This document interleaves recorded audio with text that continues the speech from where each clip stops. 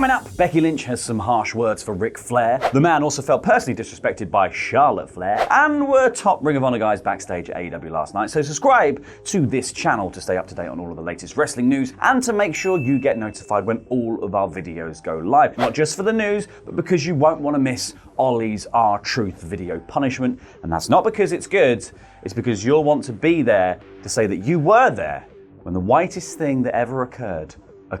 Support WrestleTalk! So Survivor Series is just around the corner, which means that WWE is hotting up the hype from tepid to lukewarm. Give me a yes please.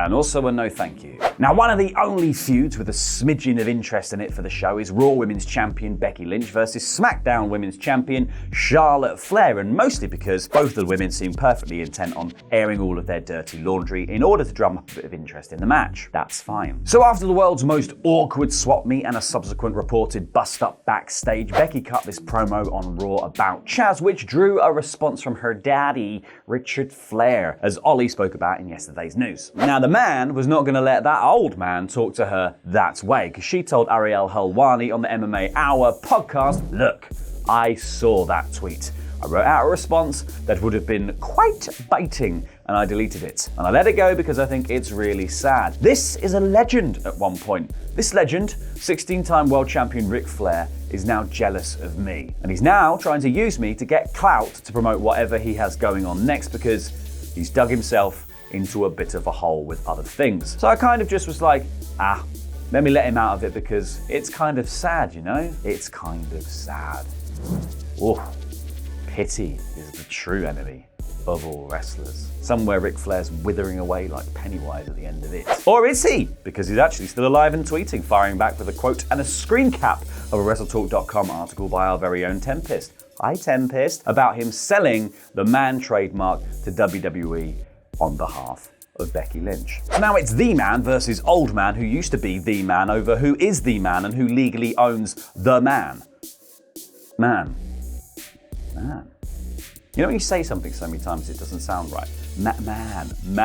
But done with daddy, then Rebecca Lynch, fresh from the kill, turned her attention to the next generation, Charlotte. Lynch told Helwani what went down on the day of the now infamous belt swap, saying there was a plan in place that was supposed to go one way, and if it went one way, everyone would have had a moment, and it would have been great. I, in the back, said, this isn't going to happen, she's going to do something else. She did exactly what I said she was gonna do. Sometimes things can happen out there and people can get carried away in the moment, but I knew she was going to purposefully disrespect me, so I processed it a lot quicker and was able to hold it together until I got backstage, and then I lost it a little. I lost it. Verbally, of course. Now, before Ollie gets into the review of AEW Dynamite, here's an interesting bit of news from backstage last night, because according to Fightful Select, the Briscoes were set to be backstage for the show. They live about a 3-hour drive away. Now, after the news surfaced that Ring of Honor would be letting all of their talent out of their contracts, the wrestling community braced itself for an influx of great talent to other promotions, which had seemed to kick off at full gear as Jay Lethal made his debut with the company. So the Briscoe brothers being backstage at the show could be because there are now ties between the old Ring of Honor talent and AEW. It could signal them being in talks with Tony Khan about working for AEW. It could also just be them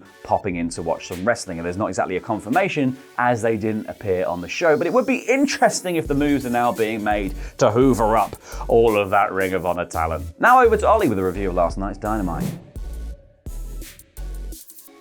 Dynamite cold opened on Kenny Omega backstage with the Elite. He admitted he lost, that Hangman did well, and that there's things he's gotta fix. He asked the Elite to hold down the fort while he's gone, which Adam Cole answered, "No worries, cleaner, baby." Kenny said he wasn't talking to him, awkward, he was talking to the Bucks. It's such long-term storytelling, hard, complex storytelling right in your face. Even better was one line that I missed the significance of on first watch. Thank you, Reddit. At the start of the promo, Kenny said he hadn't had a chance to watch the Full Gear match back yet, meaning he hasn't seen the Bucks choose Hangman over him. Oh my god, it's just raging hardcore storytelling. Step family, fake estate agent storytelling. The main show opened on Hangman Page's AEW title celebration with the Dark Order in the ring to loud, "You deserve it" chants, which Page stopped, saying he didn't deserve it, he earned it. I loved Page's word choice throughout this promo. He then said his next responsibility is Bryan Danielson. Responsibility, earned it. There's such a deep babyface sense of duty.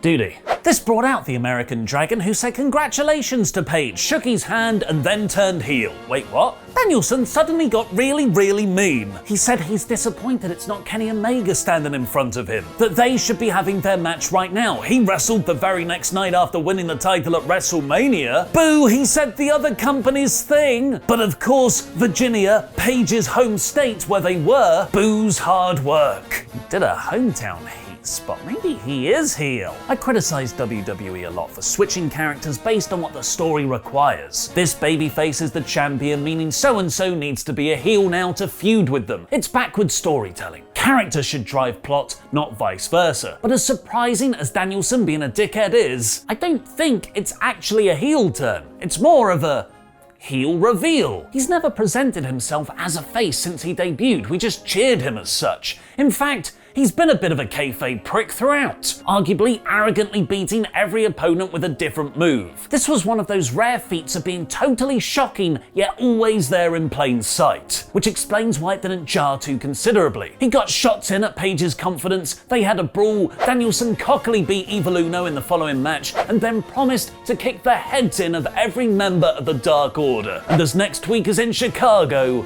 he called out Colt Cabana. What did you think of Danielson's heel turn, heel reveal? Let me know in the comments down below. 2.0 and Daniel Garcia interrupted Eddie Kingston backstage, presumably setting up his next program. As good as the Ishii and Orange Cassidy versus Butcher and the Blade match was next, this wasn't how I would have first used the Stone Pitbull. He's the never openweight champion. He's considered one of the toughest characters in wrestling, one of the most consistent in-ring performers of all time. But not even he can escape the pull of Matt Hardy and Orange Cassidy's feud. In the Nyla Rose versus Shida match next, there was a sign in the crowd that read, "Book more than one women's match on TV." That might be one of the first AEW critical signs I've ever seen on Dynamite, and well, I agree. Especially with this match being so good. Nyla cannonballed onto a chair, and Vicky Guerrero got taken out with a kendo stick, but Serena Deeb interference ultimately cost Shida the win.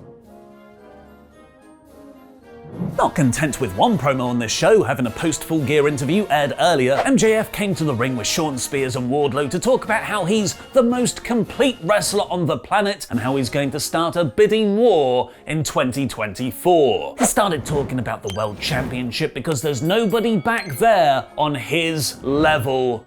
When CM Punk's music hit. Little peek behind the curtain, I watch Dynamite every Thursday morning at about 6 AM all alone in my front room to write these reviews. It's very rare for me to actually shout out loud at that time in the morning, because the rest of the block of flats I live in and my girlfriend in the other room, yeah, I've got a girlfriend, are all asleep. But every now and again, I pop like a little mark. And when Punk came out here, which meant the dream feud with MJF is happening, I legit shouted, "Here we effing go." I never say things like that.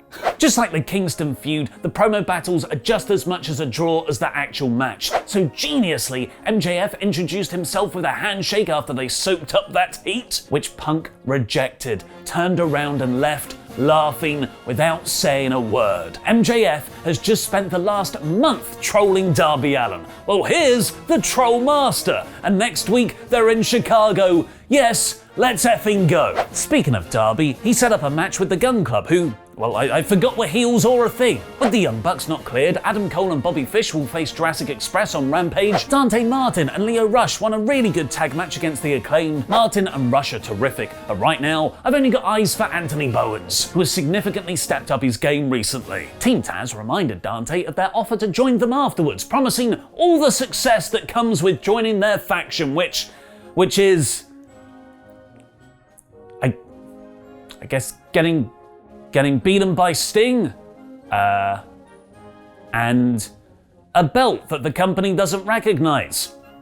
Cody Rhodes, Pac, and the Lucha Bros will take on Malachi Black, Andrade, and FTR next week in a huge 8-man tag. And the main event saw Jay Lethal's in-ring debut against Sammy Guevara for the TNT title. Just a suggestion, Tony, I would have had a video package putting over who Lethal is, same with Ishii too, on this episode to either educate or remind viewers who he is. The match itself, however, did a lot of the education for them. Both Lethal and Guevara were fantastic, building a realistic story around Sammy's injured ribs, which almost got the match called off at one one point. Guevara fought through the pain and missing a swanton bomb to the outside through a table, though, to win. The Inner Circle celebrated with him and endorsed J2, helping him to get over despite losing his first match. Hopefully this means a more focused, prominent run for Sammy as TNT champion now. What did you think of Dynamite? Let me know in the comments. 65% of you voted for Bryan Danielson turned heel on our poll on a poll match on the community tab. This was an excellent post-pay-per-view episode, almost acting as a new series opener. Omega is out, Lethal and Ishii are in, Punk and MJF is happening, and Danielson is a heel now. I'm trying to reserve full marks for the shows that have all-time memorable moments. So by AEW standards, this is a measly, very, very, very high 4 out of 5. It's Survivor Series this weekend, so check out the 10 biggest rumors for the show. Since Survivor Series is still somehow about red shirts versus blue shirts rather than anything actually meaningful, it has a tendency to feel just a little bit out of place. But that doesn't stop there being a ton of news about the show because it's still technically recognized as one of the big 4 after all. So let's talk about that news, shall we? I'm Pete Quinnell from WrestleTalk, and here's 10 rumors, news stories, and predictions for Survivor Series 2021.